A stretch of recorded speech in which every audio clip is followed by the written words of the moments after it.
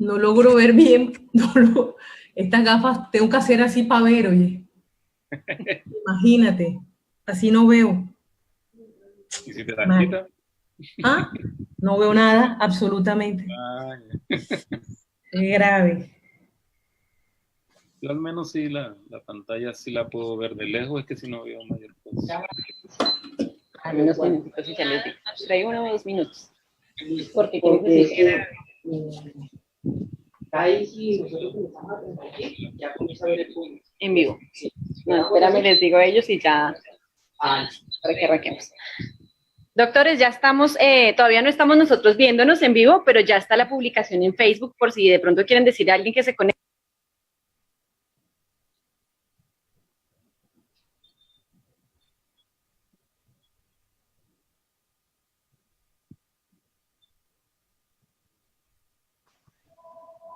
Hola, hola, hola.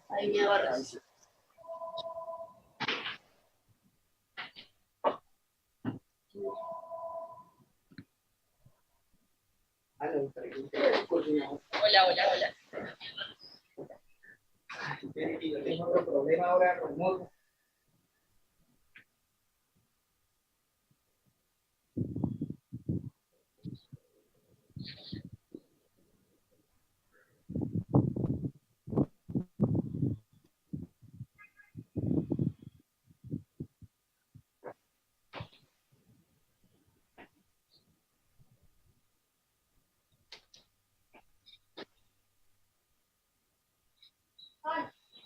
Hola, Andrés. Listo, ya quedó iniciado.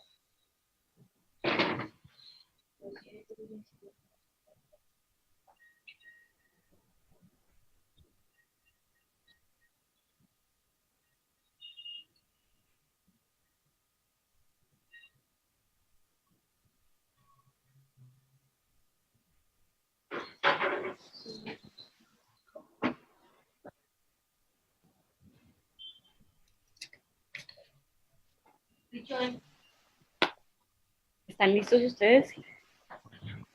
Listo. Doctores, cuando quieran me dicen y empezamos. ¿Ya? Listo. Ah, no, un segundito, que hacen aquí un ajuste logístico y ya. Doctores, cuando quieran me dicen y empezamos.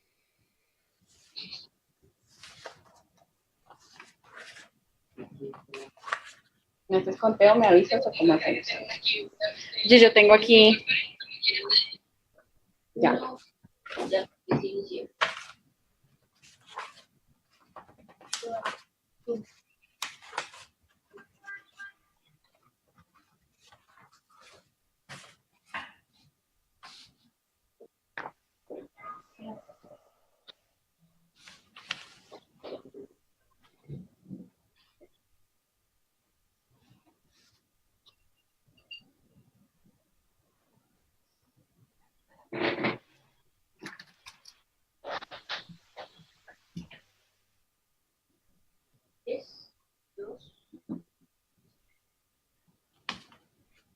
Buenas tardes, damos la bienvenida a las personas que se van conectando con nosotros. Les recordamos que somos la Asociación Colombiana de Psiquiatría, entidad con fines científicos, gremiales y sociales, que asocia a los psiquiatras colombianos y especialidades de salud mental. Al final de esta transmisión estaremos realizando el sorteo anunciado de 3 inscripciones al 58º Congreso Colombiano de Psiquiatría, que tendrá lugar en la ciudad de Barranquilla del 30 de octubre al 2 de noviembre del presente año. Por ahora vamos a dar paso al webinar Bienestar Laboral del Psiquiatra, que será conducido por la doctora Astrid Arrieta Molinares, el doctor Haider Barros, y esperamos contar con la presencia del doctor Julio Guzmán Vargas, asesor jurídico de la Asociación Colombiana de Psiquiatría. La doctora Astrid Arrieta Molinares es médico psiquiatra de la Universidad Colegio Mayor Nuestra Señora del Rosario. Ha participado en trabajo de investigación de corte epidemiológico en salud pública con la Federación Internacional de Diabetes y la Federación Mundial de Diabetes, en psiquiatría con Colciencias. Estudios de posgrado en gerencia en servicios de salud, garantía de calidad y auditoría, presidente de la Asociación de Psiquiatría del Atlántico en el periodo 2001-2002 y 2007-2008. La doctora Arrieta es la actual vicepresidenta de la Asociación Colombiana de Psiquiatría, miembro del Comité Gremial y del Comité de Derechos Humanos. Voy a presentar a continuación al doctor Haider Alfonso Barros Bermúdez, médico y cirujano de la Universidad de Cartagena, especialista en psiquiatría de la Universidad del Rosario, experiencia como médico psiquiatra, docente, coordinador en psiquiatría clínica y coordinador de la especialización en promoción y prevención de la salud mental, violencia y farmacodependencia en el periodo 2010-2011 en la ciudad de Bucaramanga.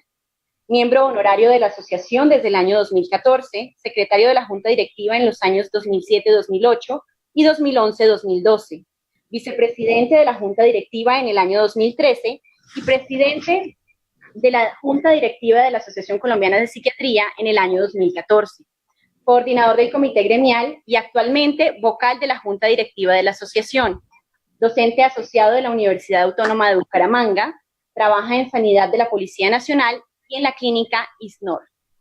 Doctores, bienvenidos a esta presentación. Les doy paso para que empecemos con el tema que nos convoca el día de hoy y pues nuevamente bienvenidas a todas las personas que se conectan con nosotros. Vamos a dar espacio para que los doctores expongan el tema y al final vamos a dar un tiempo para preguntas.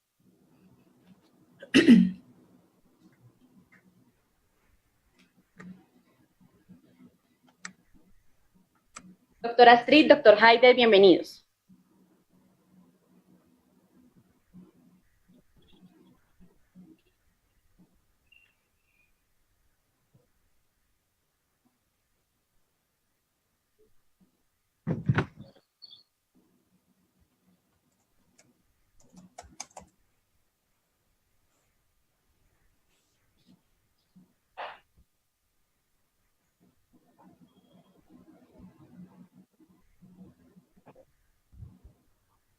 Buenas tardes. Buenas tardes, doctora. Adelante. Buenas tardes, colegas asociados y público en general. El objetivo de hacer esta presentación es la preocupación que desde la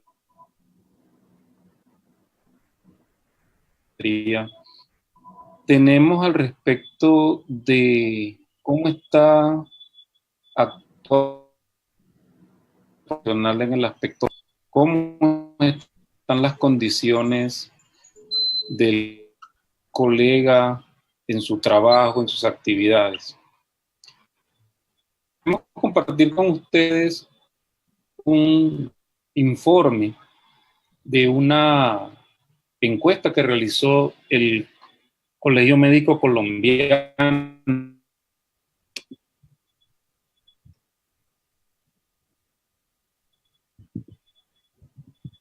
a principios de año.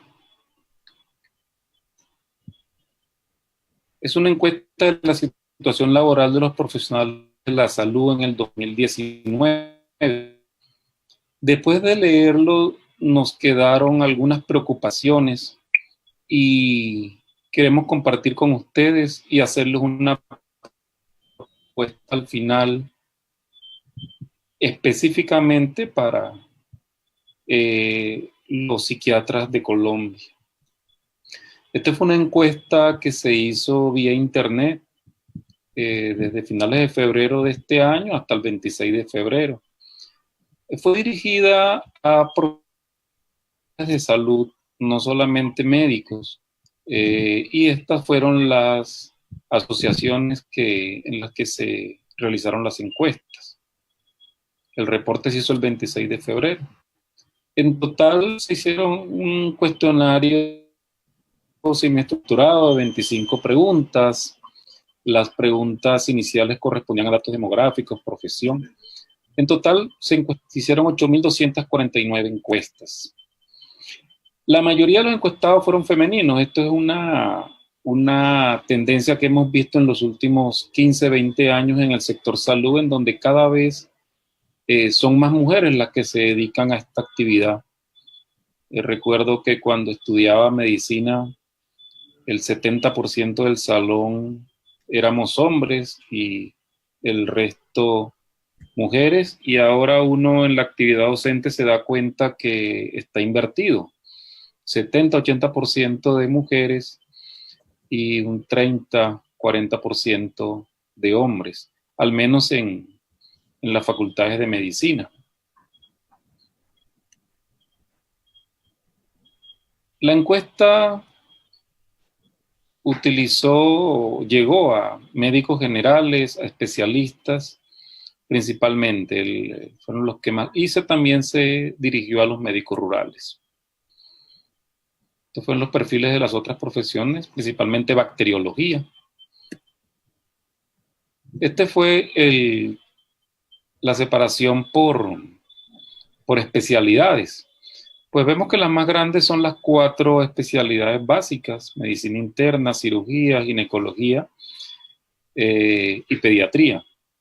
En este estudio llama la atención que los anestesiólogos participaron bastante, igual que los oftalmólogos, un grupo grande. Entonces, la encuesta, las preguntas 10 a la 24 era la que hacían referencia específicamente a la situación laboral del personal en salud.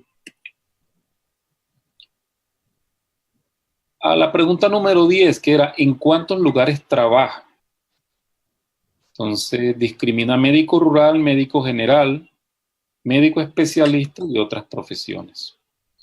Fíjense cómo las personas que solamente trabajan en un sitio del grupo de los médicos especialistas es solamente el 32%. O sea, si sumamos acá 36 y 20, eso nos da más o menos casi la mitad de las personas en más de un sitio, entre 2 o 3 sitios, y hay 11% que trabaja en más de colegas en las ciudades donde trabaja, y durante el Congreso es lo habitual, trabajar al menos en 2 partes, cuando lo ideal sería que pudiéramos trabajar en un solo sitio y dedicar toda la jornada a ese sitio de trabajo. Este es otro resultado que también nos dejó muy preocupados, que es el número de horas que le dedicamos a nuestro trabajo. Aquí lo miran por mes, pero son horas por semana. Si miramos en la parte de abajo, de 24 a menos de 44 horas por semana, que es lo que correspondería a trabajar un poquito menos del tiempo completo, serían unas 6 o 4 horas, solamente el 28% de los médicos especialistas hace esto.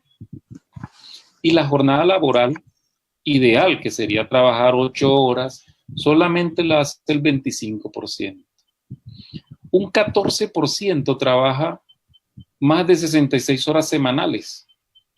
Esto significa trabajar probablemente 12 horas diarias de 7 a 7 y probablemente hacer turnos nocturnos o hacer turnos de fin de semana. Miren cómo los que estarían término medio entre los que están trabajando de una manera que podríamos llamar exagerada a los que trabajan de la manera promedio, es el 33%, o sea, 25, 33, 14. Solamente un grupo grande se puede dar podríamos decir que el beneficio de trabajar un poco menos de 8 horas. Si consideramos que hay países como Francia en donde la jornada laboral es de 6 horas.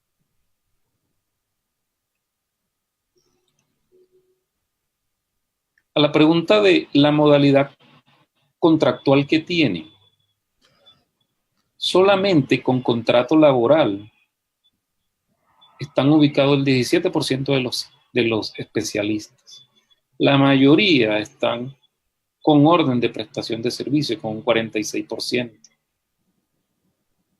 El contrato sindical, que es una modalidad laboral que ha venido tomando fuerza y que nos damos cuenta que es un reemplazo del contrato por cooperativa de trabajo, que fue declarado ilegal, todavía no ha tomado la fuerza que creíamos que estaba teniendo. Todavía la mayoría de las personas estamos trabajando por orden de prestación de servicios.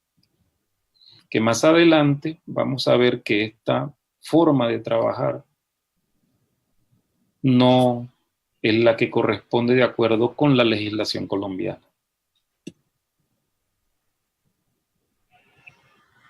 A la pregunta, ¿alguna vez su situación laboral se ha visto afectada? Los especialistas contestaron que sí, un 81%.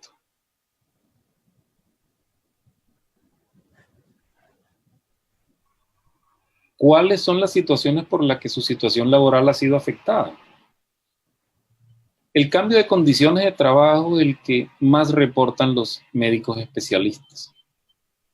Probablemente esto haga referencia a cantidad de pacientes vistos por hora, a remuneración y a ciertas características, por ejemplo, los horarios. La pérdida del empleo también fue alta. A veces creemos que por ser un especialista y ser pocos y que por eso vamos a tener el trabajo garantizado, parece que no es tan cierto. Incluso hay reportes de acoso laboral. Este es otro reporte que cuestiona mucho. ¿Cuál es el promedio de salario o remuneración mensual? En la fantasía popular e incluso en la fantasía dentro del ámbito de la salud, la idea es que los especialistas ganan muchísimo dinero y que están en unas condiciones laborales excelentes y bollantes. Miren, solamente el 29% de los especialistas ganan más de 12 millones de pesos. La gran mayoría, que sería entre el 24 y el 31%, gana entre 4 millones y 12 millones de pesos. Este es el grupo grande, 31%. Pero también llama la atención, es un número pequeño, un 4%, pero hay especialistas que no alcanzan a ganar los 2.500.000 pesos. Entonces, esta información tumba esa idea que tenemos relacionada con que los especialistas son médicos muy, muy bien pagos. Probablemente hay un grupo de especialidades que probablemente por los procedimientos, por la complejidad de los actos médicos que realizan, reciban mejor remuneración. Pero no es tan cierto eso. Entre los que ganan entre 1 y 3 salarios mínimos, la mayoría están en la etapa más productiva de su vida. Es preocupante que en la etapa más productiva de su vida esto sea lo que más gane.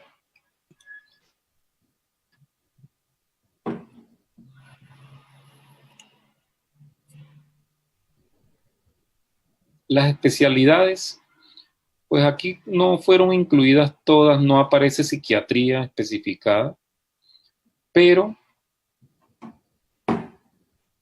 por ejemplo, especialidades que se supone que son muy bien pagas, como la cirugía, por ejemplo, oftalmología, aparece un porcentaje de colegas que no están devengando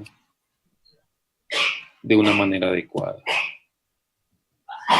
Esta es la tabla entre 1 y 3 de acuerdo con las ciudades. Vemos que probablemente Bogotá sea la ciudad en donde peor están pagando.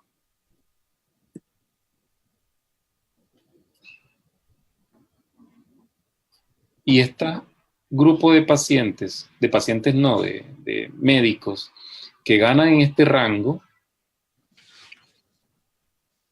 parece que no le dedican mucho tiempo a esto. Entonces uno podría pensar probablemente que estas personas devenguen parte de su ingreso con otras actividades. De pronto le dedican medio tiempo al ejercicio de la medicina y otra parte del tiempo a algún tipo de negocio diferente. Igual, entre los que ganan entre 3 y 5 salarios mínimos, 48% en la edad más productiva. Pasemos esto.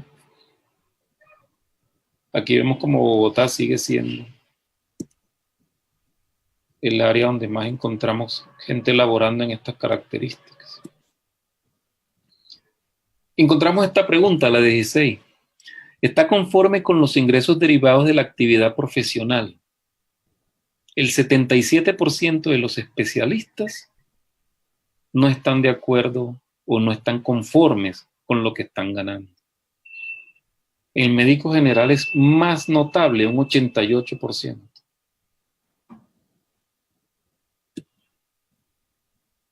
Ha tenido problemáticas con el pago de su salario o remuneración.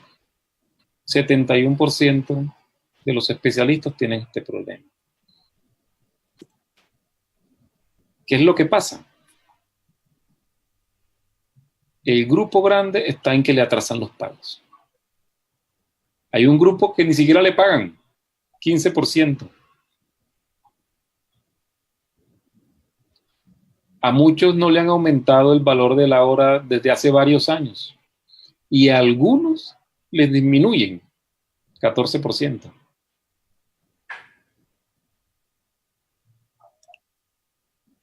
¿A qué se debe que no le paguen? Perdón, ¿a qué actualmente le están debiendo dinero por los servicios prestados? El 61% de los médicos especialistas. La idea que uno se hace es que, mirando otra diapositiva más adelante, es que el médico se ha acostumbrado, en algunas especialidades principalmente, motivados por ese atraso permanente, a que hoy está viviendo de actividades que hizo hace 2 y 3 años. Entonces, aprenden a manejar su economía de una manera en la que reciben unos pagos y durante varios meses viven con eso que recibieron hasta cuando se vuelve a presentar un nuevo pago. Y a veces esos pagos van entre 6 y 12 meses para volver a recibir un ingreso. La cantidad de dinero que se debe, al menos, esto es un rango amplio, entre 828,000 pesos y 49 millones, casi 50 millones, es lo que se le debe a la mayoría de las personas, tanto especialistas como médicos generales y otras áreas. Otro 22% que llega hasta 100 millones. Y miren, hay un 8% de especialistas que le están debiendo más de 149 millones de pesos.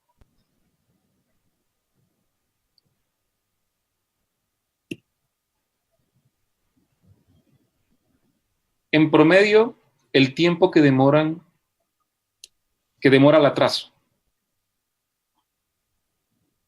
entre 3 y 6 meses. Y esto que lo cancelan sin intereses de atraso ni otras cosas. O sea, en el sistema financiero colombiano, si usted se atrasa en cualquier préstamo, en los servicios públicos, el siguiente mes le van a cobrar. Ya salió legislación al respecto, pero eso no está en firme todavía ni está funcionando. El hecho de que si al médico le pagan atrasado, le deberían pagar con intereses de demora. Hay gente que le deben de trabajo desde hace más de 3 años, un 8%.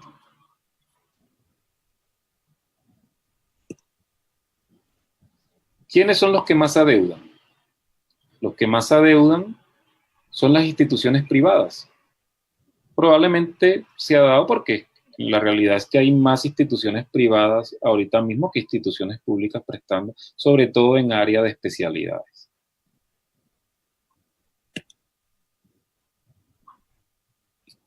Entonces, las IPS son las que más están debiendo, más que las EPS.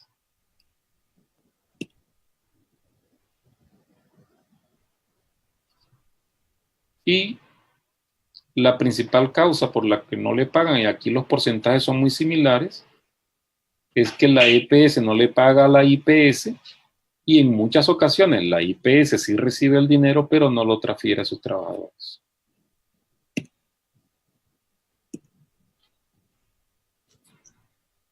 Cuando se cruzan variables y se mira, por ejemplo, el tipo de organización que adeuda y la cuantía, vemos que la deuda más grande está entre 50 y 99 millones de pesos y la deben las IPS.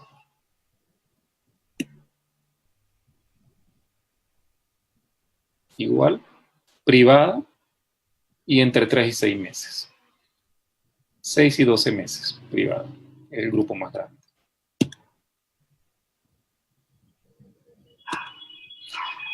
Conclusiones.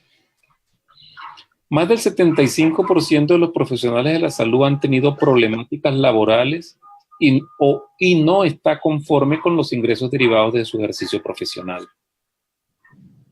Los médicos rurales se han visto afectados por acoso laboral y constricción del trabajo. En las últimas semanas y meses hemos visto cómo incluso la seguridad personal de los médicos rurales en estos momentos está siendo afectada.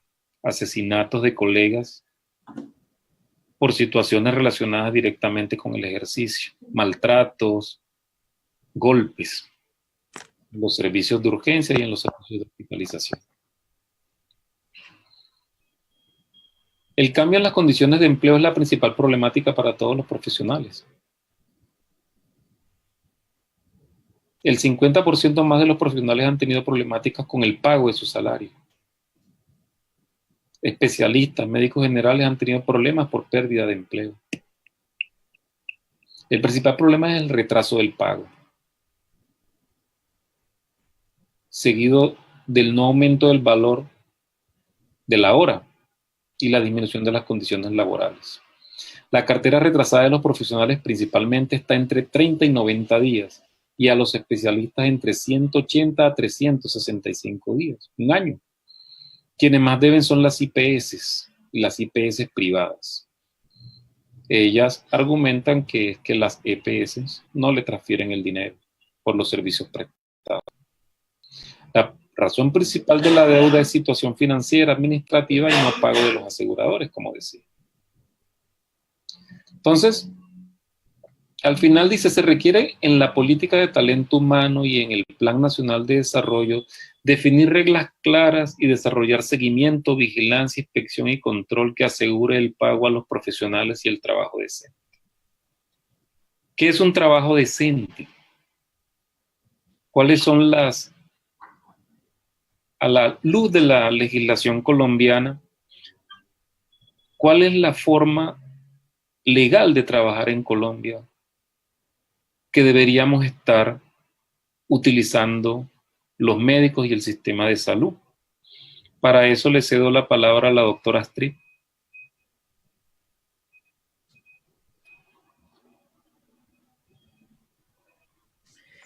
Bueno, estoy en línea. Sí.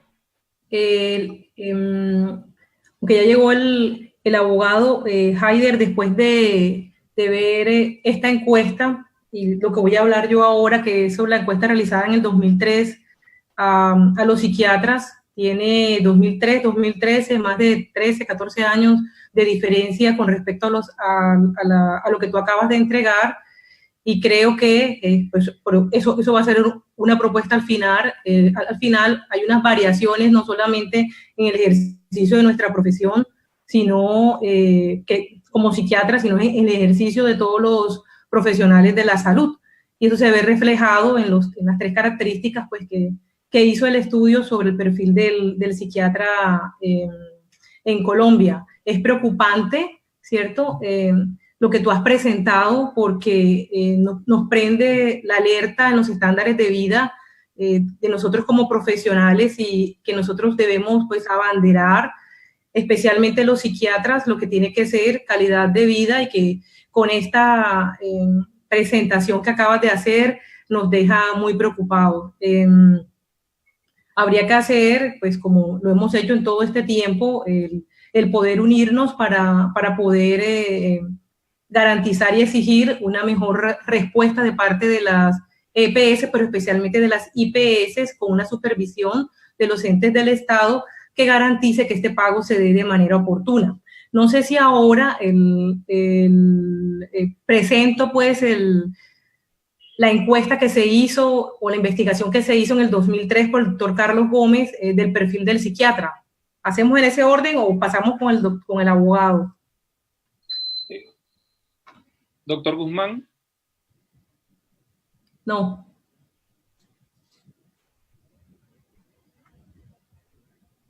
Bueno, listo. Voy a pasar con la presentación de la encuesta. Esta es una encuesta más pequeña y voy a tratar pues de hacerlo de un modo resumido y haciendo énfasis en las conclusiones que tenemos en ese año, que son bastantes años de diferencia en comparación con los resultados que tú acabas de dar, que son recientes del 2019.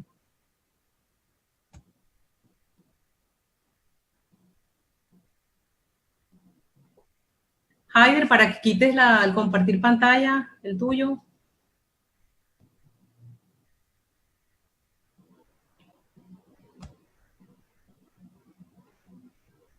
¿Ya? Listo.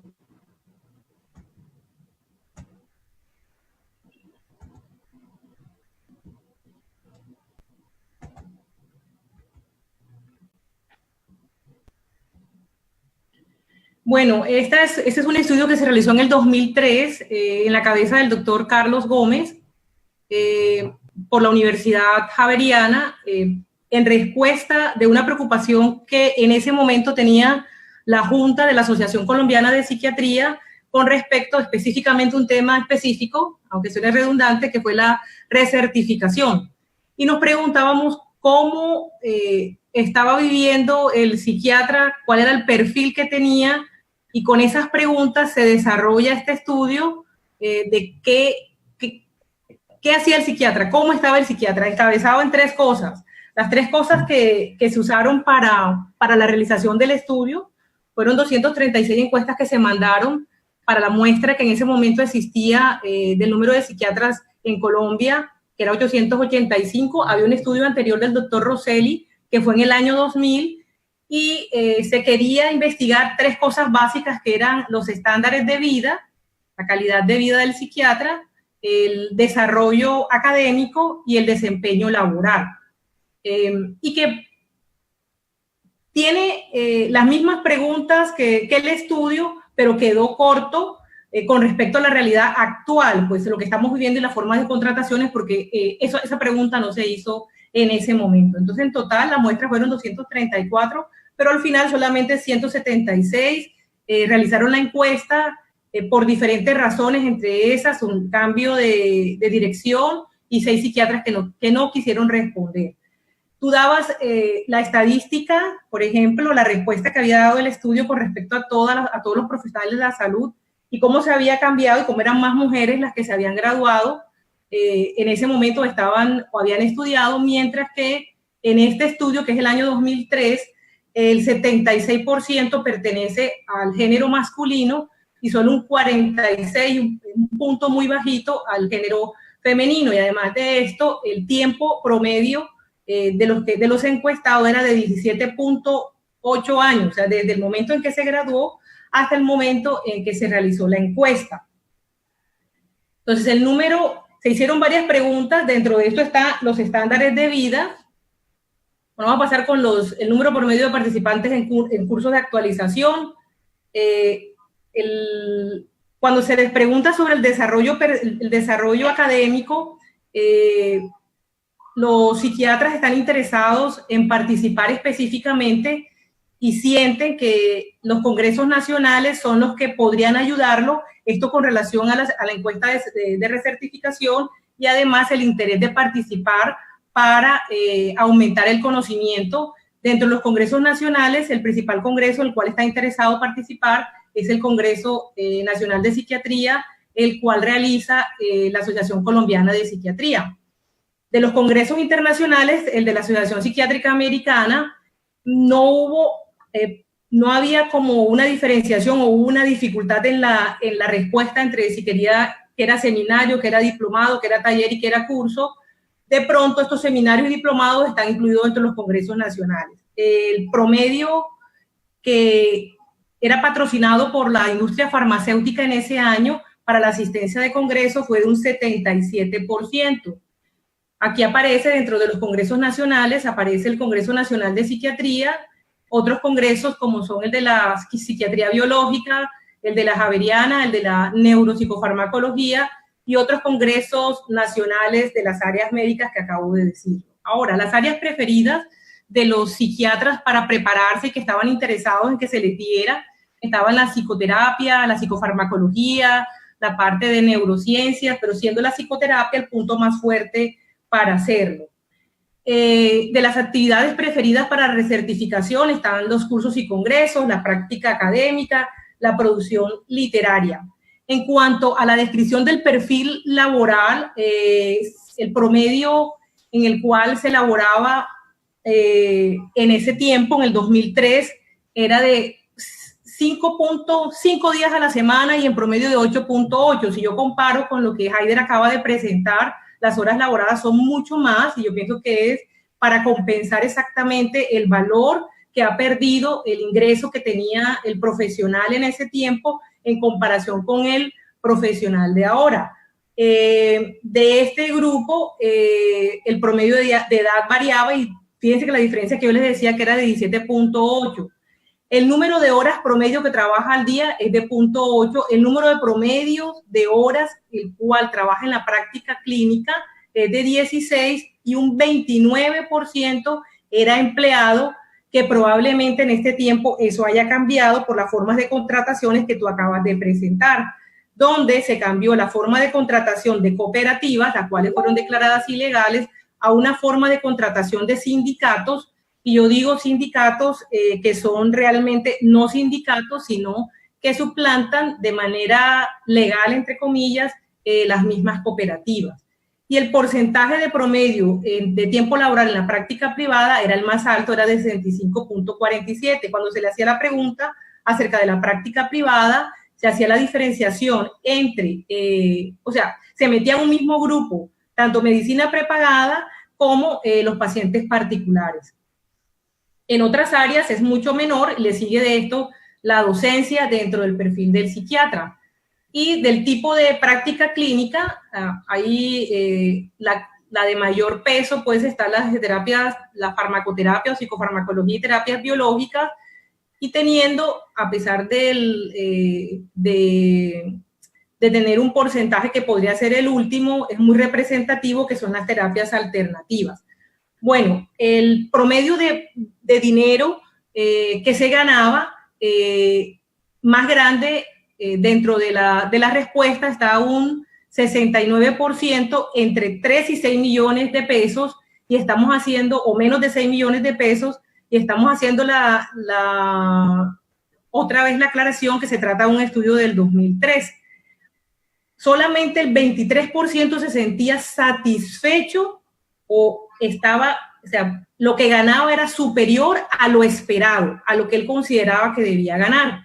Y solo un porcentaje, aunque era más o menos, es el 30%, ganaba por encima de los 6 millones de pesos para la época, que era el 2003. Bueno, dentro de las conclusiones generales, ¿qué más se tiene? A las horas del promedio para los estándares de vida, de lo que se dedicaba a la parte lúdica, estaba entre 5 y 9 horas semanales, que probablemente haya bajado, y el promedio de vacaciones que utilizaba un psiquiatra en el 2003 era de 3.3 semanas, el más alto que había. Y las horas que se utilizaban o las actividades que se hacían para las vacaciones era el recorrido por toda Colombia, y dentro de las actividades estaba la literatura, el leer y un porcentaje muy bajo la realización de ejercicios. En conclusiones, ¿qué se puede decir? ¿Cuál era como la característica del psiquiatra? Un psiquiatra que en promedio estaba en 48 años, que tenía más de 15 años de haberse graduado, que las áreas donde se concentraba, yo creo que sigue siendo similar, pero ahí viene lo que con Haider habíamos pensado después de hacer esta lectura de los resultados de ambas encuestas con bastantes años de diferenciación, es el tiempo que el psiquiatra se demoraba para graduarse y salir, y las áreas de concentración estaban en la ciudad de Bogotá. Posterior estaba el eje cafetero, luego la zona del suroccidente, Cali, luego seguía la costa, y luego Cundinamarca y Boyacá. Perdón, primero Boyacá y Cundinamarca y luego la costa. Y que las universidades donde más se graduaban eran 4 universidades, que son la Universidad Javeriana, la Universidad Nacional, la Universidad del Rosario y la Universidad del Valle, siendo la última la Universidad del Rosario, que el 77% de los psiquiatras se sentía, el 92 quería volver a estudiar la carrera, pero el 77 apenas. Yo voy a tomar la parte contraria, o sea, el 30%, el 70% se sentía satisfecho, pero un 30% no lo estaba. Y no se sentía satisfecho, ese porcentaje del 30%, que para mí es alto, que no se sentía satisfecho por la remuneración. O sea, a pesar de estar contento con su labor, que era el 92%, satisfecho por haberlo escogido, y un porcentaje de 8% que piensa que debió haber escogido otra carrera, ahí el 30% piensa que su labor no es remunerada de manera adecuada para lo que hace. Que ese porcentaje pequeño que siente que no debió o que podría mejorar sus condiciones de vida, piensa que debería trabajar en otro país, y entre los países que querrían escoger estaban España, Estados Unidos, otros países latinoamericanos y Canadá, y otros países de Europa. Que el promedio de asistencia, digamos así, o de actividad física o de calidad de vida que utilizaban para los estándares de vida, de recreación o de la parte lúdica, estaba entre 5 y 9, yo lo dije anteriormente, 5 semanas trabajaban, que 8.8, pero había psiquiatras que trabajaban más de 14 horas en 2 sitios, y yo creo que eso va a cambiar. Y que el 92 estaba de acuerdo con la recertificación por parte de la Asociación Colombiana de Psiquiatría. Bueno, Haider, no sé si en este momento nosotros hacemos la propuesta o le pasamos la palabra al doctor Guzmán. Pasémosle la palabra al doctor Guzmán para que nos explique cuáles son las normativas vigentes. O sea, la pregunta concreta es, ¿cuál es el trabajo legal en salud en Colombia? Y al final hacemos la propuesta de una actualización de estos datos respecto al perfil del psiquiatra colombiano.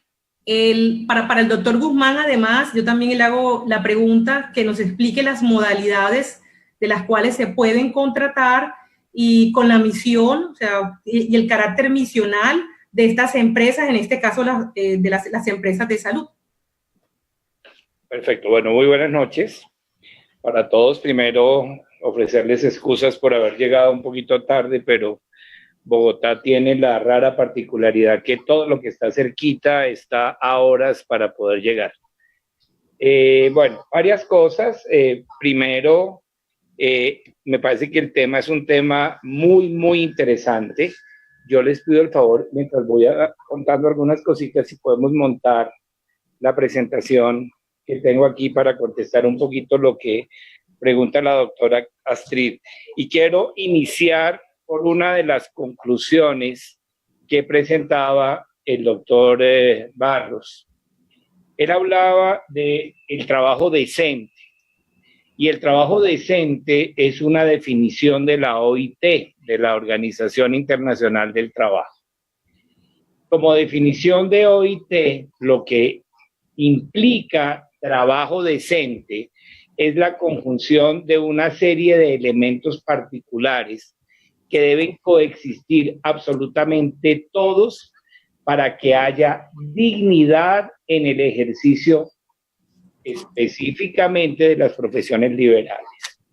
Entonces, uno de los puntos de los que se debe partir es que el ejercicio de la medicina en general y de la psiquiatría en particular es un ejercicio liberal, no es un ejercicio que de suyo esté subordinado. ¿Por qué? Porque depende absolutamente de la autonomía del prestador, en este caso, de la autonomía del médico psiquiatra en ejercicio de su rol asistencial.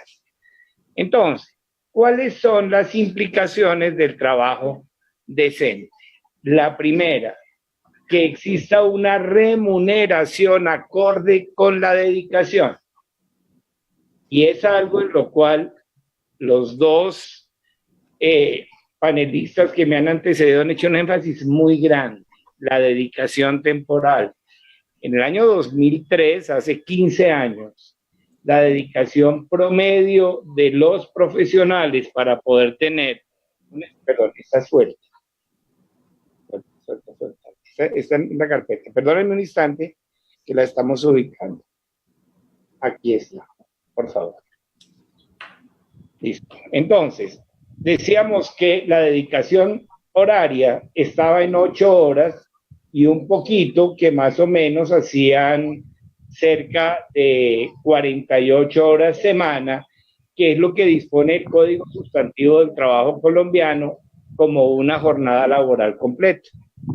Pero veíamos cómo llegamos ahora a promedios de trabajo muy próximos a las 14 horas, que son mucho más que una jornada y media, para tratar de tener un ingreso equivalente al ingreso que se tenía hace 15 años con una jornada laboral normal. Condiciones de salario, es decir, de remuneración, acorde con el tiempo insumido para producir el servicio. Pero segundo, y es un punto en el cual acaban de hacer ustedes dos énfasis, deben generarse indicadores de calidad de vida, tiempo dedicado a la familia, tiempo dedicado a la recreación, tiempo dedicado al descanso. Dentro de estos elementos aparece un cuarto elemento. Dejemos la primerita que teníamos. Un cuarto elemento. El cuarto elemento es que debe existir, dada la naturaleza del trabajo de ustedes, un tiempo que se pueda dedicar a la formación profesional continua o permanente, el famoso FPP, formación profesional permanente, lo que hemos llamado históricamente la educación médica continuada. Y un especialista está dedicado únicamente a trabajar, únicamente a desarrollar componente asistencial. El poco tiempo que le queda en este marco lo va a insumir en dos variables importantísimas y complicadísimas. La primera es el desplazamiento entre una sede de trabajo y otra. Y el siguiente es en poder tener acceso al componente de alimentación, porque no hemos tomado en cuenta que el médico tiene que almorzar en un horario que le permita tener por lo menos un poquito de tiempo antes y un poquito de tiempo después de tomar los alimentos. Entonces, estos elementos que coexisten en el trabajo decente son elementos que hemos ido perdiendo en las relaciones laborales colombianas con las IPS. Y las hemos ido perdiendo por un elemento que vamos a ver ahora, que es crítico, y es el tipo de contrato que estamos estableciendo entre los prestadores y las instituciones prestadoras. Entonces, la pregunta grande que me hace la doctora Astrid: ¿cuáles son las formas de contratación reconocidas? Y hace un momentico decía, es que los sindicatos son cooperativas de trabajo asociado disfrazadas. Yo diría que no son cooperativas de trabajo disfrazadas, son una perversión de las cooperativas de trabajo. Son peores que las cooperativas de trabajo. Porque las cooperativas de trabajo tenían consejos de administración que eran los que los dirigían, los que los regían, donde eran los cooperados quienes mandaban. En el sindicato hay una junta directiva que tiene unos administradores que son empleados de, comillas, el componente laboral del sindicato, que son quienes manejan los contratos asociativos que, desde todo punto de vista, son una tercerización en la prestación de los servicios. No son más que contratantes que establecen peajes para poder entregar contratos a los profesionales y a los especialistas que van a ofrecer sus servicios libremente, es decir, en el ejercicio liberal de su profesión, cuando quienes manejan el monopolio de la contratación son ellos, sobre el marco de las tarifas fundamentalmente, en una connivencia bastante compleja con las EPS y con las IPS. Entonces, vamos a mirar cómo manejo la presentación. Simplemente Con la flechita.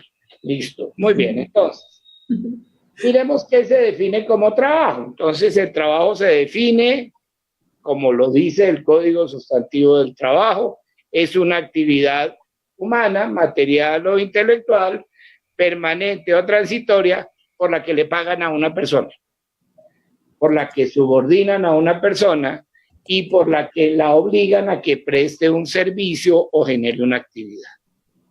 Muy sencillo, coexisten tres elementos fundamentales que los tenemos ahí: la prestación personal del servicio, la continuada dependencia o subordinación, que para el caso de las profesiones liberales como la de ustedes, únicamente se refiere al cumplimiento de horarios y agendas específicas de atención a los pacientes, y nada tiene que ver con el tipo de terapéutica que se maneje en la atención, toda vez que ella, desde el amparo constitucional de la ley estatutaria en salud, es autonomía de los profesionales. Nadie diferente al profesional o al especialista determina cuál es la terapéutica que debe dársele o aplicársele a un paciente.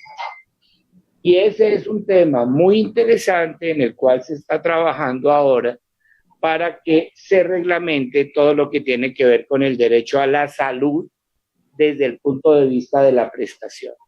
Y el tercer elemento que debe existir, que lo dejamos de tercero porque queda más bonito, pero que la realidad es que para nosotros es el más importante, porque de él depende nuestra subsistencia, la remuneración, que para efectos laborales se denomina salario. Y es algo que hemos ido perdiendo o que han ido perdiendo los especialistas y los profesionales de la salud en el embeleco de que yo no soy un asalariado. Yo soy un profesional autónomo e independiente que recibo y percibo honorarios por efecto de la prestación de mi servicio. Y ese es un tema donde haremos ahora una pequeña pausa para mirar la diferencia entre salario y honorarios. Y les hago un pequeño paréntesis. Esa diferencia está más o menos alrededor del 50% de la realidad del ingreso. Entonces vamos a mirar que hay dos tipos de contratos laborales donde coexisten estos tres elementos: contratos verbales, contratos escritos. Especifican absolutamente todos los elementos, el tipo de trabajo, el sitio de ejecución, el valor del salario, la remuneración, la duración del contrato, identificaciones, etcétera, etcétera, etcétera. En duración pueden ser definidos en término menor de 1 año, de 1 año, de 3 años o de término indefinido, o pueden ser, dependiendo del requerimiento o necesidad, por obra o labor, que normalmente no se aplica para profesionales independientes. El empleador, en el caso del contrato laboral, tiene unas obligaciones bien importantes definidas en la ley, en el Código Sustantivo del Trabajo. Estas obligaciones son de obligatorio, perdónenme la redundancia y medio la cacofonía, pero son de obligatorio cumplimiento. Tan es así que en Colombia existe una jurisdicción, es decir, una rama del Poder Judicial dedicada únicamente a amparar a los trabajadores y se llama la jurisdicción laboral. Los jueces laborales fallan en derecho y esgrimen el derecho sobre la condición del contrato de trabajo. Entonces, fíjense ustedes que el contrato de trabajo tiene 3 elementos que parece que absolutamente siempre coexisten, pero resulta que nosotros no usamos el contrato de trabajo casi nunca. Lo primero, a los profesionales de la salud les parece que el contrato de trabajo les impide la posibilidad o les conesta la posibilidad de poder desarrollar mayor actividad profesional. Esto es relativo, porque el contrato de trabajo tiene un término en su jornada. Lo que esté por fuera de la jornada de trabajo es tiempo que autónomamente podrá utilizar el especialista en cualquiera de las actividades que implican el trabajo decente o el trabajo digno, pero también en el mismo ejercicio de su propia profesión liberal. Entonces, vamos a mirar cómo existen otros elementos importantes que tienen que ver con relaciones de tipo no laboral, pero sí contractual, entre un contratante y un contratista. Y ahí nos salimos, no se van a preocupar, porque los términos que voy a usar son totalmente legales. Nos salimos de la jurisdicción laboral para entrar a la jurisdicción comercial. Civil o comercial. Entonces, que vamos a firmar y a suscribir un contrato de prestación de servicios. Perfecto. ¿Quién media el contrato de prestación de servicios en el acuerdo de voluntades? Simple y llanamente lo media o el Código Civil o el Código de Comercio o el Código Contencioso Administrativo, dependiendo de si lo vamos a hacer entre particulares, entre un particular y una institución de comercio, o si lo vamos a hacer entre un particular y el Estado a través de una empresa social del Estado. De eso depende esa jurisdicción, pero fíjense que el término laboral no aparece por ningún lado.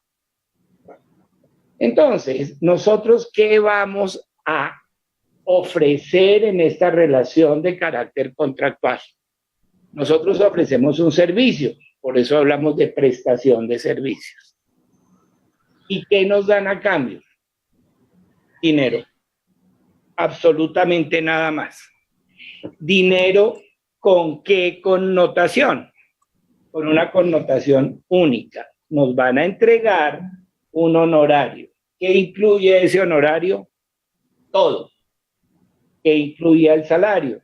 Por allá atrás había una diapositiva que decía que el contrato laboral tenía una remuneración, pero tenía unos auxilios. Uno de ellos importantísimo, que se llama el auxilio de cesantías.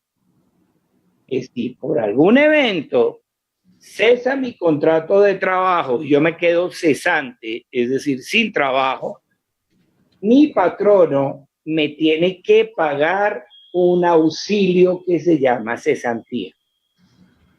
Y como antes, hasta por allá el año 1993, los patronos eran un poco juiciosos y las guardaban y se las gastaban y no las entregaban, entonces la norma, la ley, en 1993 decidió que las cesantías había que consignárselas al trabajador en un fondo de cesantías. Buenísimo. Deja de trabajar y tiene una platica para cubrir sus gasticos importantes mientras vuelve a conseguir empleo laboral. Pero también tenía derecho a unas vacaciones. ¿Se acuerdan que hablaban allá atrás de vacaciones y que cuando hablábamos de trabajo digno hablábamos de descanso y de descanso importante remunerado? Perfecto. Pero adicionalmente a eso, existen otro tipo de prestaciones que son muy importantes, que son las derivadas del Sistema General de Seguridad Social. Son las que tienen que ver con la salud y las que tienen que ver con las pensiones y las que tienen que ver con los riesgos profesionales. Que en el caso de los trabajadores, es decir, de los empleados, se pagan entre el empleador y el trabajador. El empleador paga el 75% de esas prestaciones, en tanto que el trabajador solo paga el 25%. Eso en el contrato laboral. Pero como estamos hablando del contrato de prestación de servicios, toda esa cantidad de cosas chuscas, toda esa cantidad de cosas sabrosas, que las vacaciones, que las cesantías, que las primas, porque no hemos hablado de las primas también, y que todas las adiciones que hay, pues se las tienen que pagar de los honorarios. Entonces yo soy un prestador de servicios y le digo a mi contratante: señor de la IPS, me voy de vacaciones. El señor de la IPS me dice: ¿se va de qué? De vacaciones. El señor me va a decir: qué pena, pero en su contrato en ninguna parte podemos hablar de vacaciones, porque eso es una cosa que les corresponde a los empleados y usted no es empleado. Usted es un prestador de servicios. Así es que si se quiere ir a descansar, infórmenme que se va a ir de paseo un mes, muy querido, y yo no le pago durante ese mes, porque ¿cómo le voy a pagar? Usted tiene su plática guardada, usted verá cómo hace para darse su descanso. Pues no hay descanso remunerado.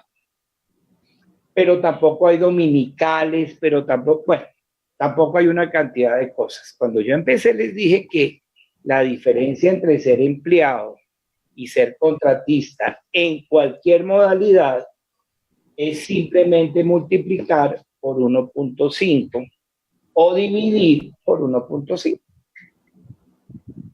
Hay una carga que se llama salario nominal, que es el que decimos que nos ganamos, y una condición real que se llama salario real, que es el salario nominal más las prestaciones o las prebendas y adiciones que tiene el contrato laboral, que tiene una equivalencia de 49.7% entre vacaciones, primas, cesantías, intereses de cesantías y todas las demás prestaciones de ley que están establecidas. Entonces, cuando el doctor que trabaja por honorarios dice que está ganándose, por decir algo, una cifra relativamente interesante, 10 millones de pesos, podríamos decir que tiene el mismo ingreso, con mucha diferencia, con el doctor que en su salario tiene un ingreso de 7 millones de pesos. Sería más o menos la relación,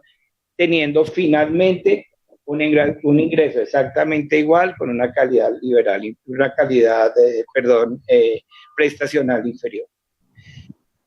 Entonces, tenemos que tener en cuenta que hay una gran importancia dentro de estos elementos de los dos grandes tipos de contratos. Viene el siguiente tipo de contrato del que hablábamos nosotros con mucha tranquilidad, y era el contrato sindical. El contrato sindical en Colombia está súper reglado, súper reglamentado, súper instituido. Todo el libro segundo del Código Sustantivo del Trabajo habla del contrato colectivo de trabajo. Pero nosotros, desafortunadamente, y pongo la primera persona del plural y me incluyo, porque en medio de la necesidad en un mercado laboral bien complicado de suplir la figura de las cooperativas de trabajo asociado, que fueron declaradas como, y lo dijo muy claramente la doctora, ilegales, es decir, contrarias a la ley, en la ley 1438 del año 2011, ilegales, contrarias a la ley, para personal misional. Pues la pregunta de hace un ratico era, ¿qué es personal misional? Personal misional es aquel que presta los servicios inherentes al objeto social de la entidad para la cual se presta el servicio. IPS, institución prestadora de salud. Objeto misional de una IPS, prestar servicios de salud. La señora que trapea y que limpia y que lleva los tintos, ¿es personal misional? No, porque nada tiene que ver con la prestación del servicio. La señorita que está en la recepción haciendo que la facturación esté bien y que la cita está ordenada, ¿es personal misional? No es personal misional. La niña auxiliar que está recibiendo a la paciente y abriendo su historia clínica y tomando la información, ¿es personal misional? Sí es personal misional, porque está en la prestación neta del servicio. ¿El médico es personal misional? Sí. El médico es por antonomasia y por definición el personal misional de la prestación del servicio. Por eso su definición es el prestador profesional de salud es aquel individuo bajo cuya responsabilidad está la atención integral del paciente o la comunidad. Punto. Entonces, ahí es donde entra el juego grande. Todo lo misional tiene que ser contratado por fuera de tercerización. Es decir, tiene que ser contratado de manera directa. La contratación directa debe ser laboral, debe ser laboral, debe ser laboral. Pregunta, si no es laboral, ¿cómo debe ser? Si no es laboral, debe ser por un contrato que establezca claramente las obligaciones del profesional en cuanto a tiempo, en cuanto a ubicación, en cuanto a dedicación y en cuanto a periodicidad, dándole autonomía total en la prestación del servicio, cosa que no está ocurriendo. Nosotros estamos frente hoy en día, desde el año 2017 y 2018, frente a una de las aberraciones más grandes en el tema contractual por parte de las EPS que contratan directamente profesionales, no a través de las IPS, sino directamente como EPS hacia población adscrita. Y son los famosos contratos de prestación de servicios con responsabilidad económica en las glosas, con responsabilidad económica en las negaciones de los MIPRES, es decir, de las prestaciones no contempladas en el plan de beneficios, antiguo plan obligatorio de salud. Esto es abiertamente contrario a la ética. No es ilegal. ¿Por qué no es ilegal? Porque son contratos comerciales. Acuérdense ustedes que quien rige los contratos de prestación de servicios es el Código Civil o el Código de Comercio. Entonces, estamos frente a temas muy complejos. ¿Qué necesitamos para que esto no se vuelva a dar? Necesitamos muchas cosas, pero la primera que necesitamos es unidad. La unidad es un tema fundamental en lo ideológico. No estoy hablando de lo político, no estoy hablando de lo ideológico en la filosofía. Estoy hablando de la unidad, lo ideológico laboral. Entender que debemos intentar en lo posible regresar a la figura de la prestación de un servicio dentro de un contrato laboral respetuoso de las condiciones de trabajo digno, de trabajo decente de nuestros especialistas. Volver a intentar que las prestaciones sociales derivadas de la ley establecidas en el Código Sustantivo del Trabajo aparezcan. Que esas prestaciones sean una realidad, que el profesional pueda disfrutar de sus vacaciones, que en junio y en diciembre pueda tener una prima, es decir, un bono, es decir, un premio por haber servido a una institución y haber prestado los servicios a una institución durante un periodo de medio año sin ningún tipo de problema. Que tenga acceso a un auxilio de cesantía para que frente a cualquier eventualidad en el acaso que pierda su trabajo, no vaya a quedar con su calidad de vida llevada a cero como ocurre tantas veces. Es muy importante que tengamos en cuenta ese elemento de unidad, pero al lado de la unidad necesitamos tener un elemento fundamental que es la cohesión. La cohesión es la capacidad de estar unidos frente a ese mismo ideario. Cuando hace algunos, tal vez unos 3 o 4 años, comenzamos a idear con el doctor Haider y con el doctor Juan Carlos Rojas el tema del Sindicato Nacional de Psiquiatría, pensábamos en la importancia de crear esa cohesión y esa unidad en busca de un marco solidario para tener algo tan fuerte como lo que puede ser hoy en día la sociedad o el grupo de especialistas en anestesia, por ejemplo, que son un ejemplo de unidad, de cohesión y de solidaridad en el país. Que con el tiempo, por ser tan poderosos, pues ya permitieron el tema y son los líderes de la contratación sindical, comillas, a través de sus sindicatos de tercer piso bastante cuestionables. Entonces, nosotros tenemos contratación laboral que en la realidad no llega al 20% en el país. Y cada vez hay menos. Porque si sabemos que la relación es 1 a 1,5, para los empleadores es mucho más fácil tener prestadores, porque el salario nominal sin carga prestacional implica contratos más baratos. Y con lo que le paga a 2 trabajadores puede contratar 3 prestadores. Entonces ese es un tema complicado que hay que mirar. Luego tenemos un grueso importante de nuestra fuerza laboral que está integrada por prestadores de servicios, por contratistas liberales que entran en un mercado de oferta y demanda más baratos. ¿Señor? ¿Alguien preguntó? No. Ok.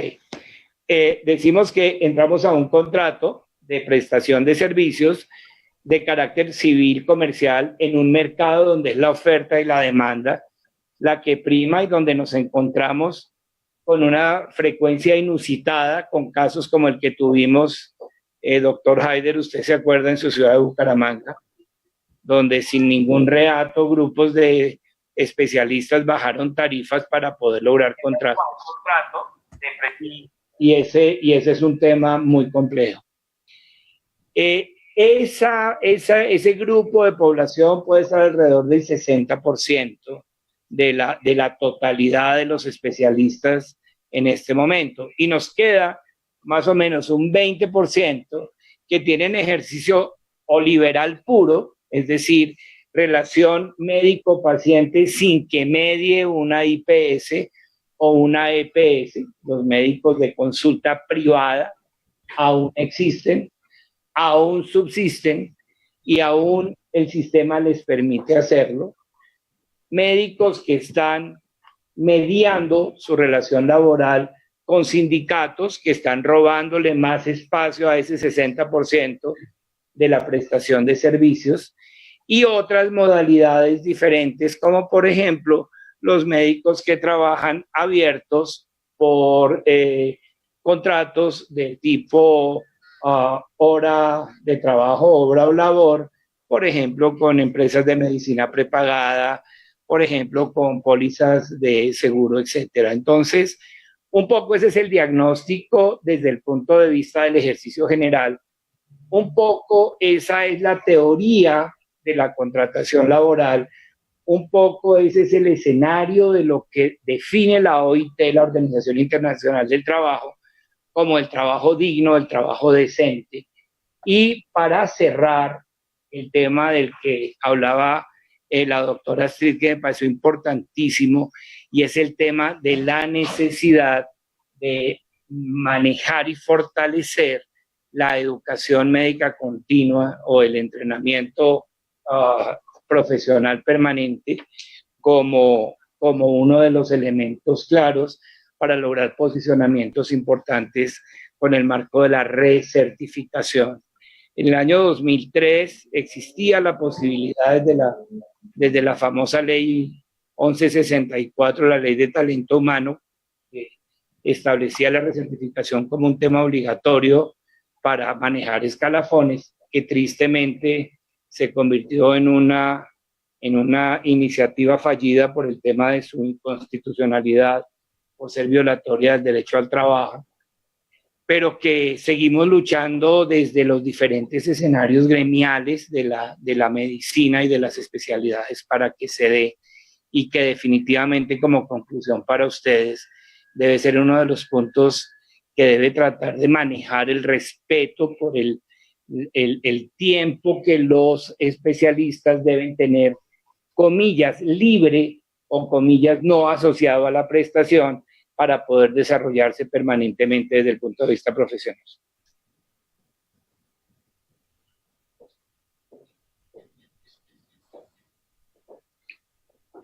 Muchísimas gracias, doctor Guzmán. ¿Me escuchan? Sí, señor, completamente.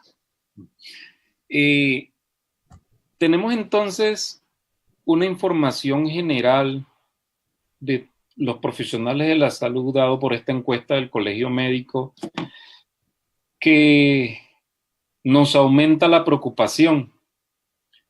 La información respecto a la parte legal que nos acaba de dar el doctor Guzmán nos muestra cómo por acción directa o por omisión del Estado, estamos trabajando en las condiciones en las que lo estamos haciendo, de manera ilegal. Ese porcentaje pequeño que todavía alcanza a ejercer la profesión de manera completamente liberal, sin que haya un intermediario de por medio, cada vez es más pequeña. Y los médicos creo que tenemos que concientizarnos de que dejamos de ser una profesión liberal hace mucho rato. Y estamos metidos dentro de un sistema en donde nuestro rol o papel corresponde al de trabajador. Entonces tenemos que empezar a funcionar como eso. La información que tenemos específica sobre los psiquiatras es bastante vieja, del 2003. Mirando así por encima,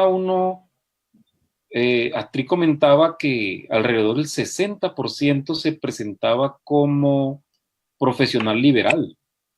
Yo pensaría que ahorita mismo el psiquiatra que ejerce única y exclusivamente consulta particular, porque no es lo mismo tener un consultorio a tener consulta particular, porque uno puede poner un consultorio y tener muchos contratos con prepagadas, que son cosas distintas.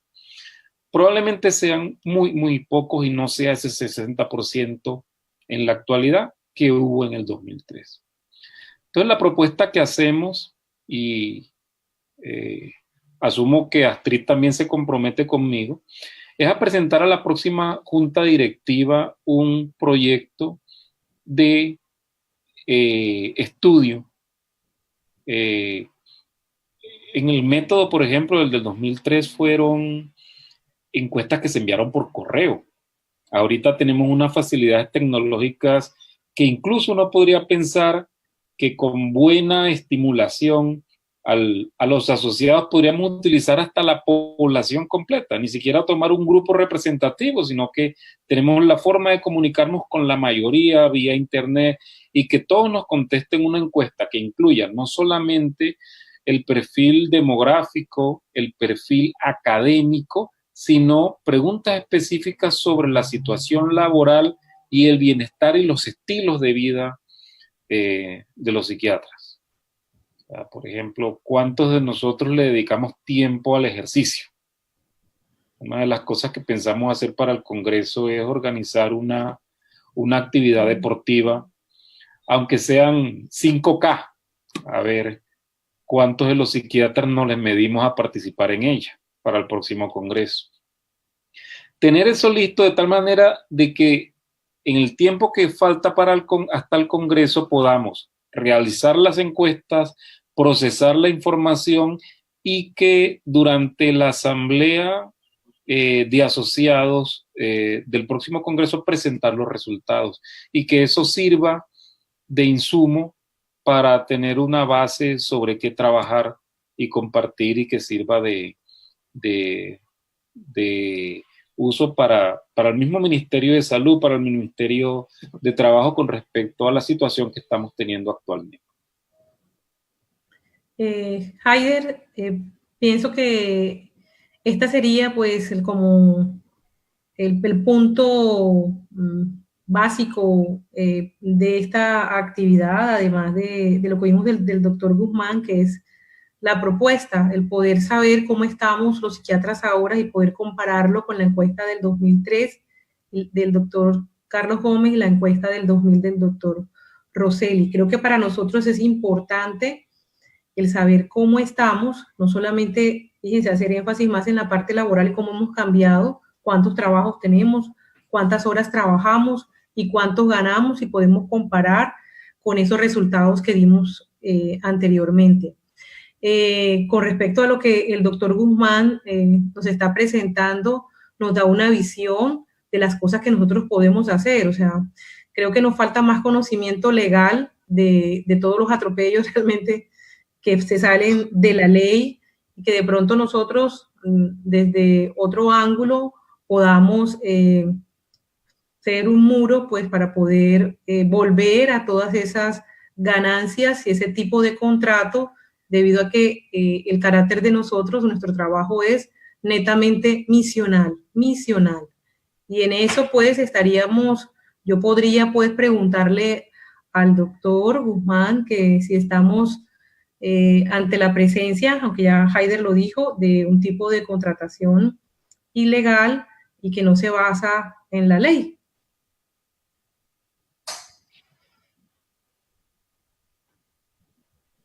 Bueno, redundante, ilegal y la ley.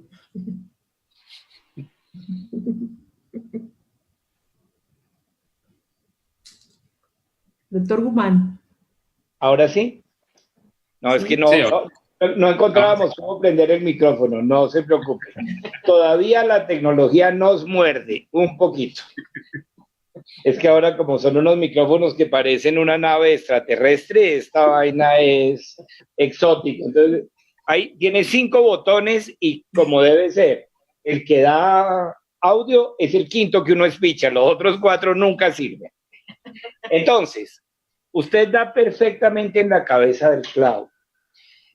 Estamos hablando de una contratación abiertamente contraria a la ley, pero también disfrazada por los sindicatos, que los jueces no tienen herramientas para poder catalogarla como ilegal. Y es un tema muy difícil que estamos viviendo hoy. Si usted habla con sus colegas o usted misma o el doctor Haider, que están contratando con empresas de medicina prepagada muy, pero muy prestigiosas del país. Me abstengo de decir cuáles porque estoy pleiteando contra 2 de ellas en este momento en nombre de algunos especialistas. Están trabajando de manera directa con contratos inmorales, no ilegales, pero sí inmorales. Si ustedes, no lo digo en el caso de psiquiatría porque sus instituciones son muy pocas, pero hablemos de cardiólogos, hablemos de inmunólogos, hablemos de infectólogos, hablemos de internistas fundamentalmente, las diferentes sub- y supraespecialidades. Si por algún evento, algún medicamento o dispositivo que no esté incluido en el plan de beneficios es entregado o dispensado por vía del MIPRES, pero a la hora del recobro por parte del prestador, de la IPS, hacia el ADRES, que es el nuevo Banco de la Salud, es llegado el pago, le descuentan ese dinero al especialista, no lo pierde la IPS. He visto casos en los cuales los especialistas le quedan debiendo plata a la IPS de la totalidad de su quincena.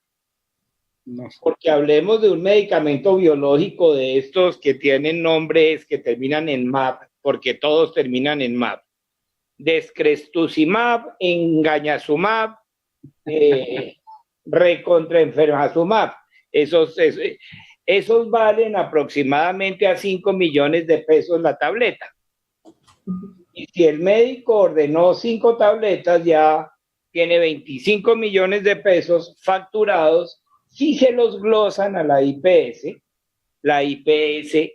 en el contrato que les hace firmar, ya los hizo comprometerse a pagar de sus propios honorarios ese dinero.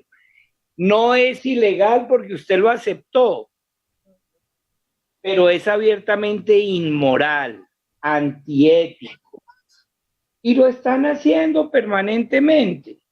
Entonces, ese tipo de cosas terminan lindando en el viejo aforismo que solemos esgrimir muy hablando pasito, pero que lo vemos como una realidad de todos los días.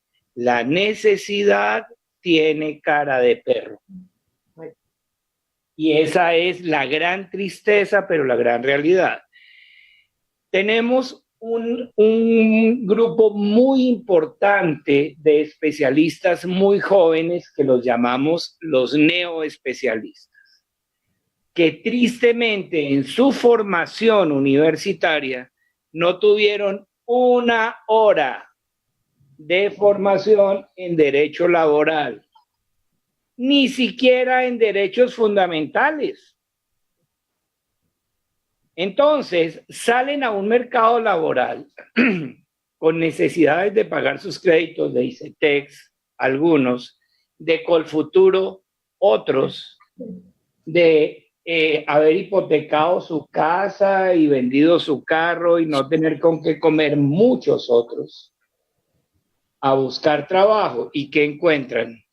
Una cantidad de oferentes de trabajo que son los grandes contratantes de las EPS, los dueños de los contratos, porque los contratos tienen dueños, todos lo sabemos.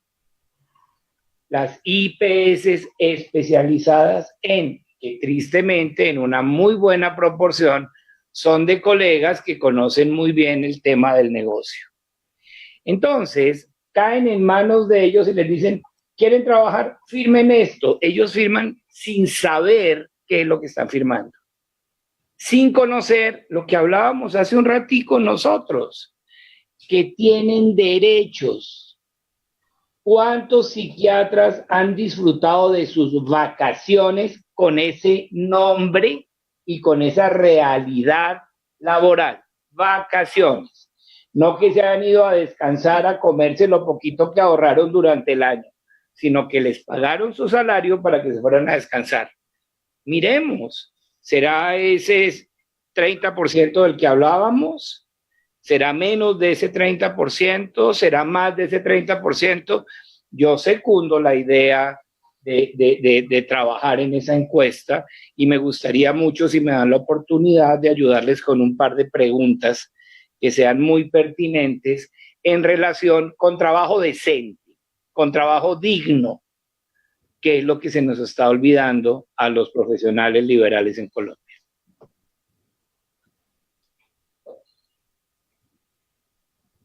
Bueno. No sé si hay preguntas de público. Giselle, ¿hay preguntas? No, no, señor. Hasta el momento no hay ninguna pregunta. Entonces les agradecemos a los tres por los aportes que han hecho en la noche.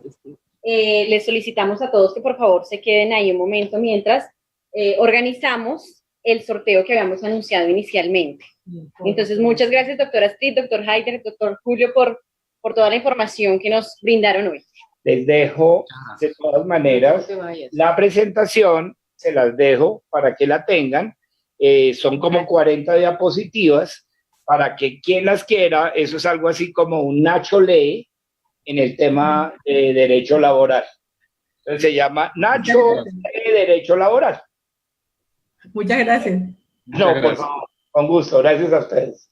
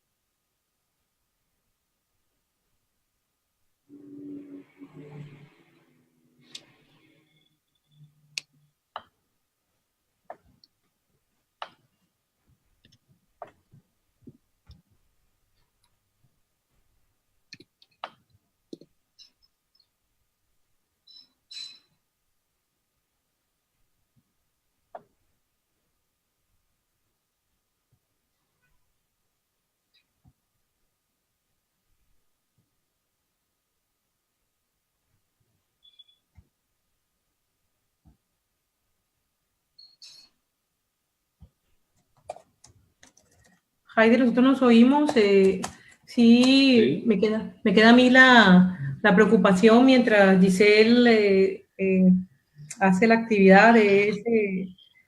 Pero ya en Facebook ya no estamos saliendo. No estamos. No sé. Que yo creo que Giselle... Doctores, sí se escuchan en Facebook. Pueden hablar tranquilos que los están escuchando.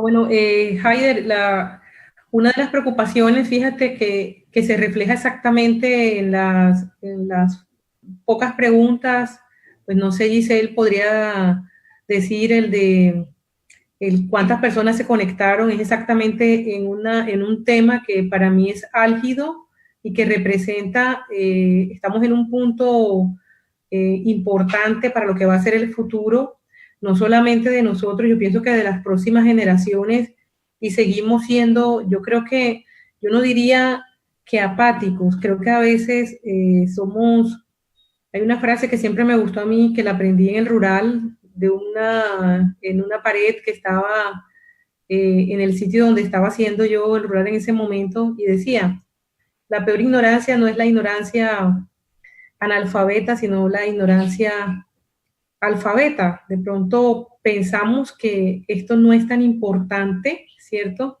Y que nosotros podemos bandear y que son otros los que están allí padeciendo lo que tú presentaste, pero la encuesta es real, o sea, no se puede tapar lo que nos cuesta trabajo de pronto decir la realidad y enfrentarla. Es una forma de negar lo que está pasando para poder hacer algunos cambios. Y esto, ¿cierto?, nos compete a nosotros, que somos los profesionales que debemos estar al frente de la salud mental, porque si no tenemos un trabajo del cual nos sintamos nosotros bien, sintamos nosotros conformes, vamos a tener repercusiones tanto en nuestra calidad de vida, en nuestro tiempo que invertimos y en la satisfacción en esta área de la vida y que influye en el resto.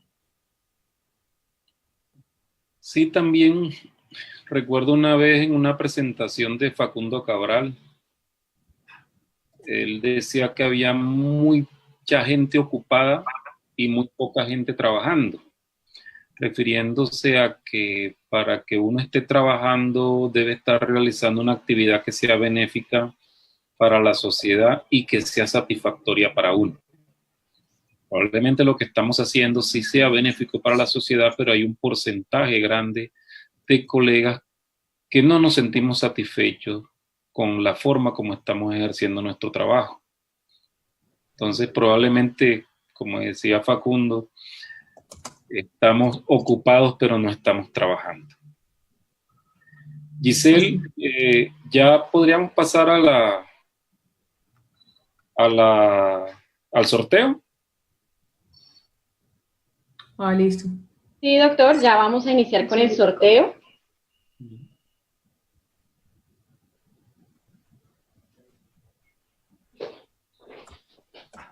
Bueno, queremos comentarle a todas las personas que nos están viendo en este momento que realizar esta premiación es una decisión del Comité Ejecutivo de la Asociación Colombiana de Psiquiatría como incentivo a nuestros asociados activos y a los miembros honorarios que han contribuido con su aporte al funcionamiento de la asociación en esta primera etapa del año.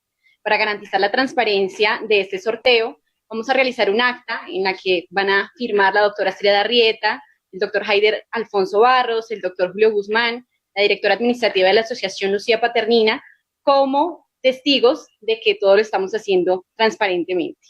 Entonces, les estamos compartiendo la pantalla, hicimos un listado de las personas que realizaron su aporte. Vamos a iniciar con el sorteo de las personas que hicieron su aporte en los meses de enero y febrero. ¿Por qué no nos repites qué es lo que estamos sorteando?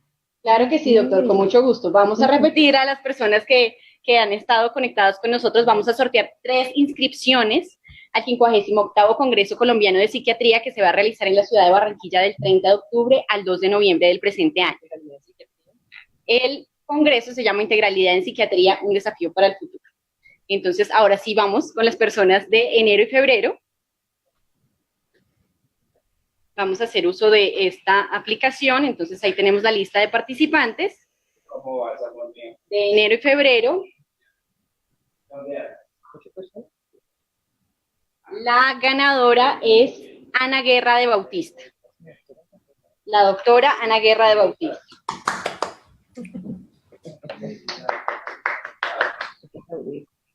Tomo nota, tranquila. Gracias. Vamos ahora a hacer un segundo sorteo con las personas que realizaron el aporte en los meses de marzo y abril. Una lista un poco más extensa.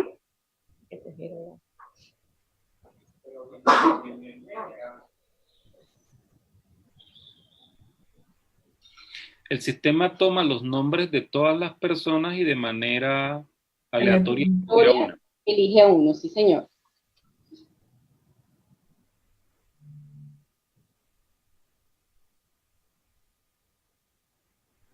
Entonces vamos a poner aquí el segundo listado de participantes.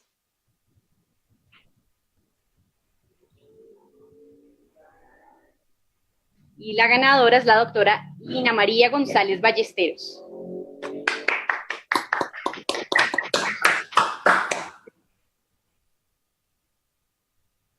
Y el tercer sorteo que vamos a realizar es con las personas que hicieron sus aportes en el mes de mayo y los miembros honorarios de la asociación.